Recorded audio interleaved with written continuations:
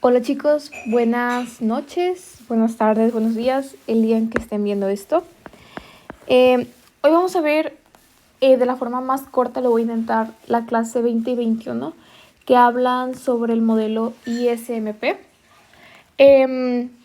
Aquí dice modelo ISLM porque en realidad este modelo es una representación moderna de lo que fue el modelo ISLM hecho por Higgs. En macroeconomía, uno de los modelos más clásicos para entender el equilibrio de una economía es el modelo ISLM. Y es un modelo que tanto Ray como yo ya hemos visto en macros más adelantadas, pero este modelo clásico combina dos mercados fundamentales, que la curva IS, más adelante lo vamos a ver, representa el equilibrio en el mercado de bienes y servicios, y la curva LM muestra el equilibrio en el mercado de dinero. Sin embargo, ustedes ahorita en clase no están viendo el modelo ISLM, están viendo el modelo ISMP. Las letras de LM es de Liquidity for Money, perdónenme, disléxica, Money, y MP es por Monetary Policy.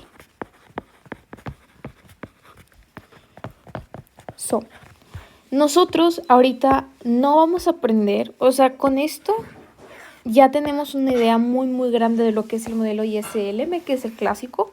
Sin embargo, el modelo que vamos a aprender el día de hoy es el modelo ISMP, que es un modelo más moderno, ¿ok? Durante décadas este modelo ISLM fue la herramienta pues la más utilizada para analizar cómo interactuaban las políticas fiscales y monetarias. Sin embargo, como ya les había dicho, las formas de hacer política monetaria han cambiado. Hoy en día, como hemos visto ya en clases, los bancos centrales no controlan directamente la cantidad de dinero, en su mayoría. Por ejemplo, la Reserva Federal o el Banco de México. Y es allí en donde entra un modelo más moderno, el que vamos a ver el día de hoy, el modelo ISMP, que fue desarrollado por David Romer. Y este modelo mantiene en sí la idea keynesiana del modelo ISLM, sin embargo, utiliza una versión más actualizada para reflejar cómo realmente funciona la política monetaria en la actualidad. ¿Ok? Entonces, lo primero que vamos a ver es la curva IS, su comportamiento, etc. Y luego, más acá, vemos lo que sería la curva MP. Y por último, la vinculación de ambas con la curva de demanda agregada. ¿Ok? Toda esta teoría nos dice, más bien todo este modelo busca explicar cómo es que a la práctica nosotros tomamos decisiones de tasas de interés y cómo es que afectan a la producción, el consumo, la inversión y a la demanda, pues ustedes como ya hemos visto antes en introducción a la macroeconomía, etcétera, la demanda agregada, ¿ok? Entonces, primero vamos a plantear lo que es el gasto planeado y la demanda agregada. Lo que dice aquí que el gasto planeado es el gasto total que los agentes económicos desean realizar en bienes y servicios producidos internamente. Y el gasto realizado es lo que en verdad se gastó por parte de estos agentes en el mismo periodo de tiempo. Es por ello que la demanda agregada, es decir, el gasto planeado por los agentes económicos, se puede representar como esto. Ahora, ¿cómo podemos traducir todo esto un poco más asentado a la pedagogía? Bueno, nosotros tenemos un concepto llamado la curva keynesiana. Esto es algo, la cruz keynesiana. Esto es algo que no viene, muy posiblemente no va a venir en su examen ni nada. Sin embargo, está bien que lo veamos para que sea más entendible. O sea, no se la necesitan aprender, no, nada más es como para comprensión de la curva IS. Tenemos la curva keynesiana. Como sabemos, la curva IS fue parte de la teoría keynesiana de 1936 y luego Higgs la retoma y la trae a un modelo matemático que es representado por la curva IS. Entonces, esta curva keynesiana tiene el comportamiento de tener dos ejes, claramente. Tenemos el gasto planeado, Planned Expenditure, y luego tenemos el gasto, ¿ok? El gasto realizado. El gasto planeado, que es el gasto que los agentes económicos desearían realizar.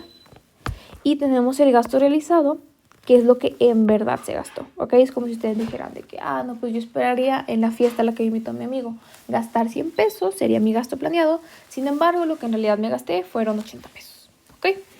Entonces, el gasto planeado tendrá una curva ascendente de 45 grados porque nosotros esperaríamos que lo que planeamos gastar sea igual al gasto realizado, ¿no? Sin embargo, este es P es igual a Y. Lo que en realidad sucede, voy a poner que esto va a ser en negro y en color azul va a ser el gasto realizado. Pues va a ser una pendiente, supongamos que inferior a... Ahí está. Y esto sí va a ser el gasto realizado por el consumo, la inversión, el gasto público y las exportaciones netas. Esto en sí es el gasto actual. Y el equilibrio entre ambos es donde en realidad estamos consumiendo lo que planeamos. ¿Ok?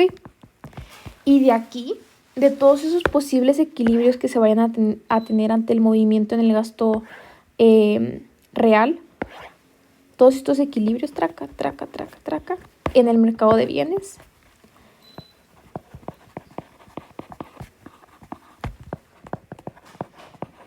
van a dar nacimiento a la curva IS, ¿ok? Que es una curva que depende de la tasa de interés, más bien que tienen un eje la tasa de interés y en el otro la producción, ¿ok? Entonces, con esta cruz keynesiana, no sé por qué le dejé curva, es cruz keynesiana, nosotros podemos ver más gráficamente la idea de Keynes del gasto planeado y el gasto realizado, cómo es que ambos se vinculan para dar nacimiento a lo que sería la curva IS, que tiene todo que ver con la demanda agregada, ¿ok?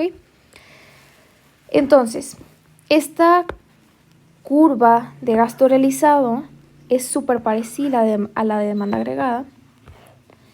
Y luego, todo componente debe de ser explicado porque todo componente va a tener un comportamiento que afectará al movimiento de la curva IS, y ese movimiento de la curva IS tendrá un movimiento, un efecto en la demanda agregada, ¿ok? Entonces, hay que entender cada uno de los componentes, el consumo, la inversión, el gasto y las exportaciones netas, comprender cada componente para luego brincar a cómo estos afectan a la curva IS, cómo afectan a la curva IS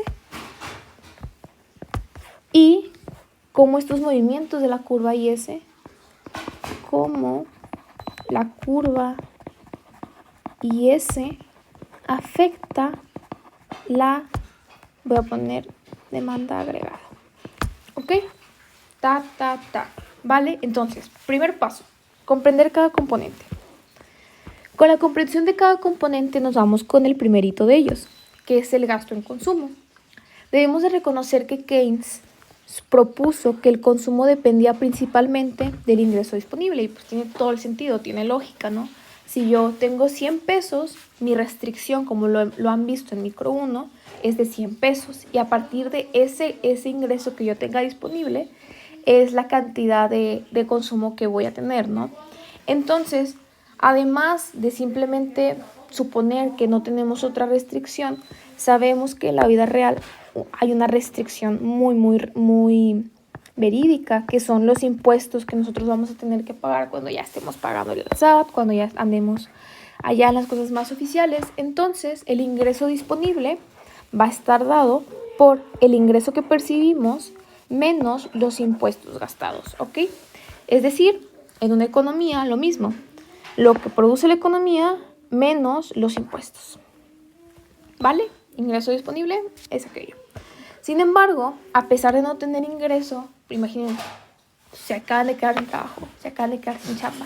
Sin embargo, ustedes saben que tienen que pagar lo que es recibos, tienen que seguir comiendo, tienen que seguir pagando la gasolina o el transporte público, etc. Y a este concepto le llama consumo autónomo. Lo que nos lleva a la siguiente ecuación. El consumo autónomo, que no depende de cuánto percibas, simplemente es aquello por lo que tienes que sobrevivir, más la propensión marginal a consumir por el ingreso disponible. Y esto de aquí es igual a el consumo, pues. Es importante notar que el consumo autónomo depende de la riqueza y el ingreso futuro, ¿vale? Ahora, ¿qué es la propensión marginal a consumir? Pues es un numerito entre 0 y 1 que te dice qué tanta esa persona o esa economía está dispuesta a sacrificar para ahorrar o para consumir. Por ejemplo, si la propensión marginal a consumir es de 0.6, la propensión marginal a ahorrar es de 0.4. Si yo tengo un ingreso disponible de 100 pesos, mi propensión marginal a consumir es de 6, voy a consumir 60 pesos y los 40 los voy a ahorrar. ¿Ok? Está entre 0 y 1. No, claramente no voy a poder consumir más de lo que tengo, tampoco voy a poder consumir menos de lo que tengo. Entonces, esa propensión está entre 0 y 1, no está... Aquí está también. Propensión marginal entre 0 y 1. ¡Yay! Ahora, gasto en inversión. Ya obtuvimos la fórmula del consumo. Ahora, ¿qué onda con la inversión? Bueno, el comportamiento de inversión es que nosotros tenemos que tener muy en cuenta que hay dos tipos de inversiones. La inversión fija, que son maquinaria, equipo, construcción y terreno. Por algo se llama fijo, ¿no? Porque es algo que dura en un largo plazo. Y tenemos la inversión de inventarios, que son productos terminados, materias primas, la BUBUS, que son más a corto plazo. Fijo es un largo plazo y inventarios es a corto plazo. Por ello, la inversión planeada es igual a la inversión fija planeada más la cantidad de inventarios planeados. La inversión afectada es, claramente como sabemos, la inversión tiene una relación con la tasa de interés. A ver, vamos a pensarlo. ¿Cómo se relaciona la inversión con la tasa de interés? Bueno, si la tasa de interés es alta, ¿qué relación va a tener con la inversión? Una tasa de interés alta implica que yo como inversionista, para pedir prestado, para pedir un crédito, para poder yo invertir, pues tengo una tasa a la que pagar muy alta, ¿no? Entonces, disminuyó mi inversión. Sin embargo, si mi tasa de interés es alta, baja, mi inversión aumenta. Esta relación se comporta de forma negativa. Relación adversa. ¿Ok? Ya que entre más cueste a la sociedad pedir prestado, menos fondos van a ser utilizados para invertir. Entre más cueste a una sociedad pedir prestado, menos fondos para invertir. Con esto descubrimos la función de inversión que tiene en cuenta una inversión autónoma, igual que el consumo. Inversión autónoma, que como pendiente tiene un parámetro que representa la sensibilidad de inversión planeada a la tasa de interés real. Sin embargo, en vez de poner la tasa de interés real como estábamos utilizando aquí, la ecuación utiliza una RC que va a estar dada, que es una tasa de interés, por la tasa de interés real más la suma de las fricciones financieras. F se trata de las fricciones financieras. Como hemos visto, si hay fricciones financieras en un mercado, ¿ustedes qué esperarían? ¿Que haya más o menos inversión? Entonces, esta suma de ambos factores, dado de la tasa de interés y las fricciones financieras, darán a la variable independiente en el modelo que afectará a la inversión. ¿Ok? Ok. Ya con esto tenemos en mente lo que sería el consumo, la inversión. Y ahora Keynes, nuestra mente maestra de este modelo, hace y habla de un concepto llamado espíritus animales, que como pone Ray aquí, es algo que Keynes inventó para justificar el cómo los inversionistas actúan totalmente. Aunque él también mencionaba como de que, no, pues o sea, sí, hay una relación en la que todos de forma más óptima toman cuáles van a ser sus proyectos a futuro y qué rendimientos van a obtener. En sí, lo que él decía de los espíritus animales es que hacen referencia al componente psicológico y emocional que influye en las decisiones económicas, no solamente por estos cálculos racionales, sino también por intuición, confianza, miedo, etc. Como aquí, cuando hay optimismo, aumenta la inversión, cuando hay pesimismo, disminuye. O sea, somos un poquito sentimentalistas, no nada más racionales. Este es el concepto que se inventó Keynes para hablar un poco de ese comportamiento de la inversión en relación a la forma pues animal de los humanos. Luego tenemos el comportamiento de las exportaciones netas. Ustedes me preguntarán, oye, ¿qué pasó? ¿Por qué te estás saltando al gasto? Pues lo que sucede es que damos al gasto público como una constante, como una variable totalmente exógena al modelo, dado que es algo que no decide la economía o los agentes económicos, sino que lo decide el gobierno. Yo sé que el gobierno es un agente económico, sin embargo, pues es una decisión más externa que endógena, ¿ok? Entonces, ahora sí, nos pasamos a las exportaciones netas, que estas de nuevo tienen una parte autónoma y una que depende de la tasa de interés real. Nosotros ya hemos visto qué relación tiene la tasa de interés real con la entrada o salida de capitales y cómo esta entrada y salida de capitales afectan a las exportaciones netas o primeramente afectan al tipo de cambio y luego a las exportaciones netas. Pero veamos, de nuevo. Las exportaciones netas autónomas se denominan igual que siempre, mientras que el vínculo a la tasa real existe porque al aumentar la tasa de interés real, la moneda nacional se aprecia. ¿Se acuerdan de eso? Si nosotros tenemos una apreciación en nuestra moneda, uno de los factores que puede haber causado esto es que la economía esté presentando una tasa de interés real más alta. Recuerden que si nosotros como país tenemos una tasa de interés más alta, los inversionistas estarán atraídos hacia nuestra moneda, hacia invertir en nuestro país, compran la moneda, aumenta la demanda de esa moneda, se aprecia la moneda. ¿Y qué sucede cuando se aprecia la moneda? Para nosotros es más barato consumir en el exterior, pero al exterior es más caro consumir en nuestro país, por lo que disminuyen las exportaciones, aumentan las importaciones, fórmula de exportaciones netas, exportaciones menos importaciones, se reduce las importaciones netas. Ahora lo pondré para alguien como yo que soy visual, espero que ayude. Lo acabo de decir, sin embargo, yo sé que a mí me serviría mucho la parte visual. Nosotros sabemos que si aumenta la tasa de interés, habrá una entrada de capitales, lo que aprecia la moneda,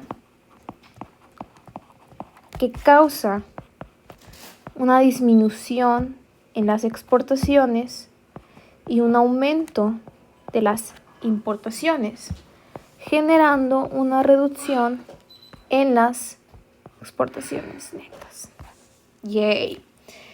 Por lo que, si juntamos estos dos efectos, tendremos claramente la parte autónoma y también la parte sensible al cambio en tasa de interés real. La ecuación que explica a las exportaciones netas. de nuevo aquí Ray nos dice, Z siendo la sensibilidad de que las exportaciones cambien. Ahora, ya conocemos todo, ¿no, chavos? Ya tenemos consumo, tenemos inversión, recuerden, todo tiene autónomo. Tenemos el gasto que va a estar siendo constante y las exportaciones netas. Ya con todo esto en mente, ya todo lo conocemos, nos podemos ir al equilibrio en mercado de bienes, ¿ok? Pues sí, chido todo esto, dice Ray. Pero ¿cómo llegamos a mi gráfica de oferta y demanda de siempre? Pues primero hay que establecer que el equilibrio se llega cuando la producción total igual a la demanda agregada. Yay. Cuando la producción total iguala a la demanda agregada. Regresando a nuestra fórmula, si sustituimos todo lo que hemos visto, llegamos a esto de aquí. Tenemos la ecuación de consumo, tenemos la ecuación de inversión, al gasto, que es constante, y a la ecuación de exportaciones netas. Ay, perdónenme. XN.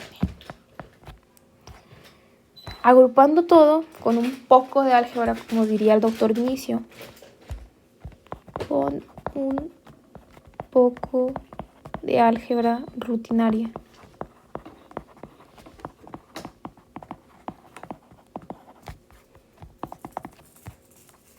Si lo ven, vamos a agrupar de aquí a la Y.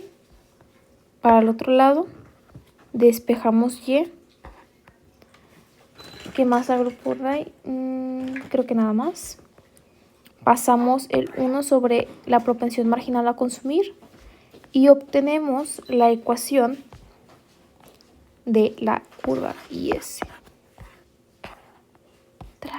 Es una curva que no depende de Y, sino que nos da el valor de Y dependiente de la tasa de interés real. Ok, acá está la tasa de interés real, estaba aquí y estaba aquí. La despejamos, la traemos para acá y esta es nuestra variable independiente.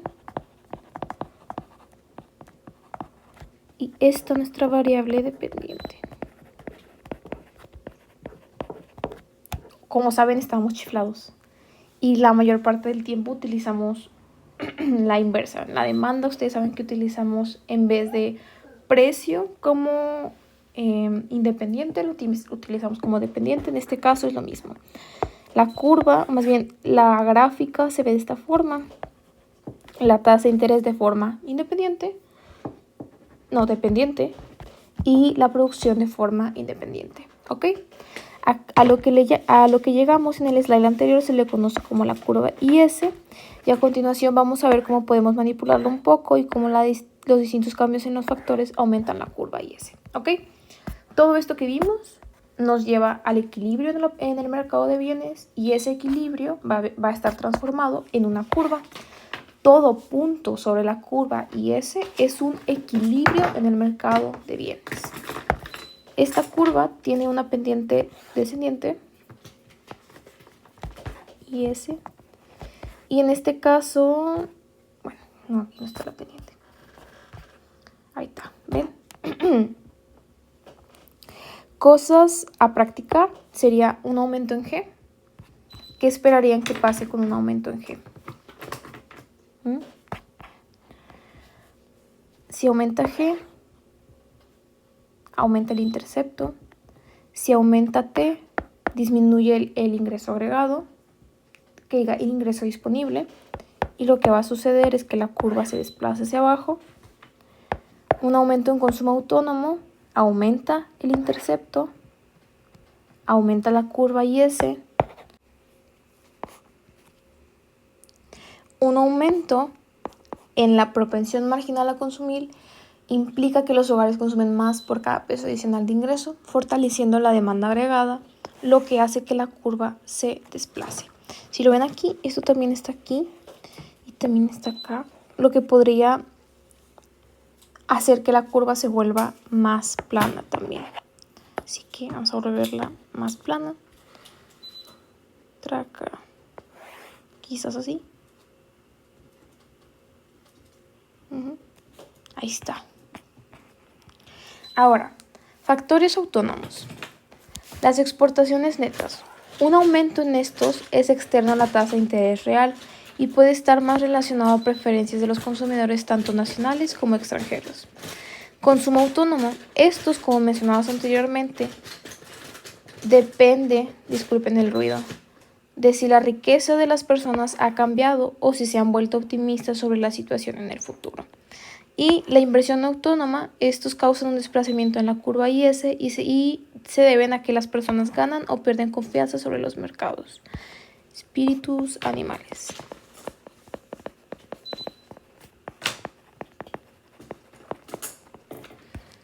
Luego hemos llegado a la curva MP,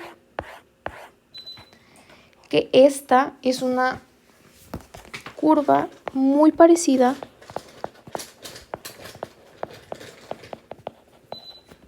a la explicada por la curva LM, pero no son lo mismo. La curva LM explica el equilibrio en el mercado de dinero y la curva MP explica cómo es que la política monetaria afecta a la economía, ¿ok? Entonces, vámonos acá. ¿Cómo la política monetaria afecta a la economía? Tenemos que recordar que la política monetaria afecta a la tasa nominal. Eso ya lo hemos visto. Pero esto a su vez modifica la tasa real debido a la ecuación de Fisher. Todo movimiento en la tasa nominal tendrá un efecto en la tasa real. Sin embargo, dado un supuesto de sticky prices, que los precios no se modifican tan rápidamente, entonces la inflación esperada, más bien la tasa de interés real, será igual a la tasa de interés nominal. Regresando a lo que dice Ray, por eso podemos suponer que el Banco Central también controla la tasa de interés real, por este supuesto de sticky prices. Con la siguiente fórmula, dado lambda es la sensibilidad de la tasa real ante la inflación. Esto se logra ya que los sticky prices aseguran que el nivel general de precios se ajusta lentamente. Esto de aquí se va a ajustar muy lento, lo que hará que un cambio en la tasa nominal va a ser muy parecido a un cambio en la tasa real, lo que hace que la política monetaria no tendrá efectos inmediatos sobre la inflación y sí en la tasa real. ¿Ok? Así que tendremos una curva ahora llamada curva MP que tendrá y que hablará de los cambios tanto autónomos como automáticos de la política monetaria. Los cambios autónomos desplazan la curva, que son los endurecimientos de la política monetaria para reducir la inflación, como el relajamiento para frenar recesiones. Y los automáticos, por su lado, mueven la tasa sobre la curva y se diferencian de los autónomos, ya que los automáticos obedecen el principio de Taylor. Ahora, tenemos un concepto de cambios automáticos y de cambios autónomos. Los cambios autónomos en sí son aquellos que suceden como una respuesta ante un choque muy fuerte en la economía y que la política monetaria hace un hacedor de política monetaria para modificar la tasa de interés de forma abrupta para ya sea arreglar lo que está sucediendo en la economía o para evitar recesiones. ¿Ok? Entonces, los cambios autónomos más que nada son abruptos y no están a la par con lo que serían los cambios automáticos.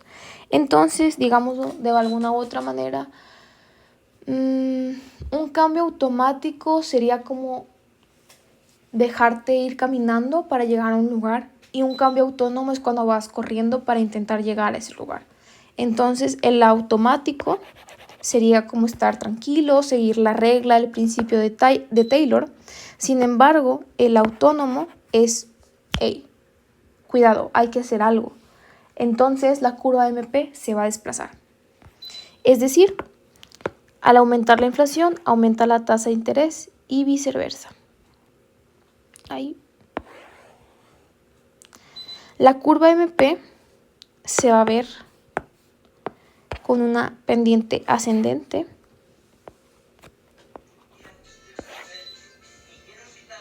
MP va a ver la tasa de interés y la producción. Si ustedes lo piensan, ante una mayor producción, ¿qué esperarían que hiciera? Una mayor producción, imagínenselo. Se está calentando la economía, hay un montón de empleo, hay un montón de producción. Entonces esperarían que las tasas fueran altas, ¿no? Si hay poca producción, esperarían que las tasas fueran altas para incentivar la economía. Entonces, esto sería un cambio automático, y el autónomo es cuando esto de aquí se desplaza. Son cambios abruptos en la política monetaria. Ahí está. Y ya con esto, nosotros tenemos las dos curvas con la variable independiente de producción y la variable dependiente tasa de interés. Tenemos la curva MP, tenemos la curva IS, el equilibrio,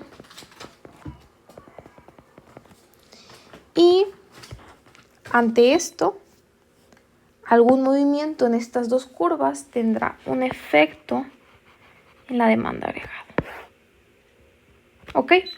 Por ejemplo, si aumenta el gasto en consumo, esperaríamos que aumente hacia la derecha, que se desplace la curva IS, que aumente la producción y que la demanda agregada,